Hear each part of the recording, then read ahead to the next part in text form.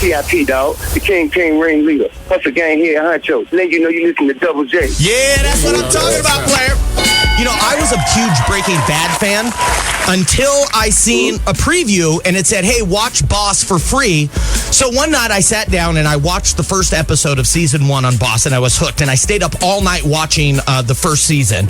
And now the second season is about to end. And I noticed, like, over the last few episodes, you have had more and more time on screen. Sure. How did you, T.I., get the job on Boss? Because that's the last thing you would think, like T.I. working with Kelsey Grammer. It was the opportunity that presented. I was, interested, but I had a conflict. I was torn between two decisions simply because I've never considered scripted television before. Because right. I was so focused on, I've always been so focused on film. And Denzel told me one time on American Gangster, he told me, he said, if people can see you for free during the week, they'll never pay to see you on the weekend. Which means if they see you for free on a TV show, then they're not incentivized to go to the movie theater and spend that $12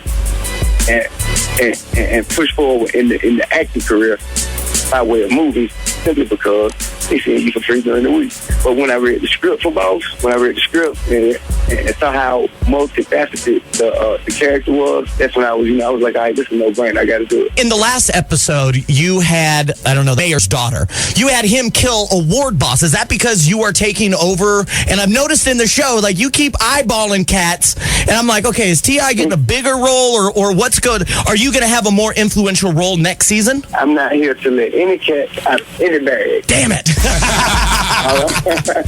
Hey, but just know, if the opportunity presents itself yet again, I'm going to try and find a way to take advantage of it yet again. Not only are you doing the acting, but a lot of people don't know that you wrote a book. True. The book is called Power and Beauty, right? Mm-hmm. In this book, were you writing about anything that, like, happened to you personally, or is it fiction, nonfiction? Nah, it's fiction. I took very small details and very, like, common sets of circumstances and applied them, but nothing of this is about my life. This isn't about a biography by any means. When you wrote this, were you locked up while you were writing this, or did you write it before you had your unfortunate incident? I guess I met the guy who I collaborate with on the novel. His name is David Rich. Right. And he's damn near, filthy rich and famous off of doing biographies of other famous people. He did the Marvin Gaye piece, Let's Get It On. He did Aretha Franklin, he did Grandma Flash. He got such a diverse catalog in biography. And I was approached about, letting him do my biography. Right. But I just have reservations about doing a biography so young. I just don't think it's time, and I don't know how to end the story. Right. And after I told him that, he said, well, you know what? I've always been interested in doing a fictional novel, but I want to do it set in the world that I want to do it in the urban market. And I was like, that's my lane. Let's go. Right. And so we've been rocking out ever since. You've called yourself the King of the South. Except that, there's a bunch of people like Ludacris, Wheezy, Lil Flip, even Killer Mike have came out and said, no, I'm the King of the South.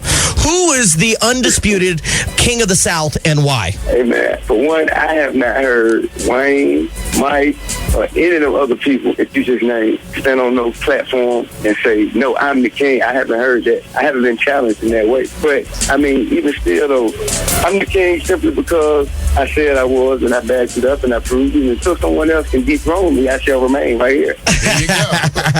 Hey, I heard a pretty cool story from a guy named Scott Stapps. Yeah. He's in the group Creed. He credits you, T.I., for saving his life. I'm flattered and humbled by that. Really, man, that was God's work. I just happened to be the tool or instrument he used to carry it out. I can't take no credit for that because I didn't plan on, any of these things. I was checking in my hotel in Miami, and I walked outside to the balcony, and I'm hearing moaning and groaning coming from upstairs. As I looked up, I see this dude up there. I'm like, hey, How you get up there, though? How you get up there, yo? And so, he gave me a brief recap on the event and him falling ultimately. I don't know if he fell, if he got pushed. I don't remember. But he fell or got pushed from like about 4 stories, about 40 feet up. He was saying that you sat by him, was like, man, everything's going to be all right. You called paramedics for him and really credits you personally for saving his life. I don't know about to say. I mean, I appreciate it. Man, but I just did what any decent human being would do. You know what I'm saying? Right. You see somebody up there, I didn't know who he was. If you see somebody up there and they hurt, any decent human is going to call. One final question for you. Your show, T.I. and Tiny on VH1. On the last episode that I seen, Tiny created a bucket list, and she was trying to accomplish these bucket list things. One thing you want to do before you die, what would it be? Let me think, man. One thing, if I want to do one thing in life, what would it be? Fly a plane. Trying to get your John Travolta on one time, huh? Yeah. I'd love to fly a plane, man. Who knows? Maybe we'll see that on one of the episodes of T.I. and Tiny coming up. That would be dope, though. Yeah. All right, T.I., man, I know you got to run. Thanks for hanging out with us. Brand new episode of Boss airs tonight on the Stars Network at 10 o'clock here in Albuquerque, man. Best of luck to you, brother. All right, man. Thanks. And that's how it's done. Wake up, wake up. Wake up with Double J in the morning. Weekdays, 6 a.m. to 10 a.m. on Power 106.7.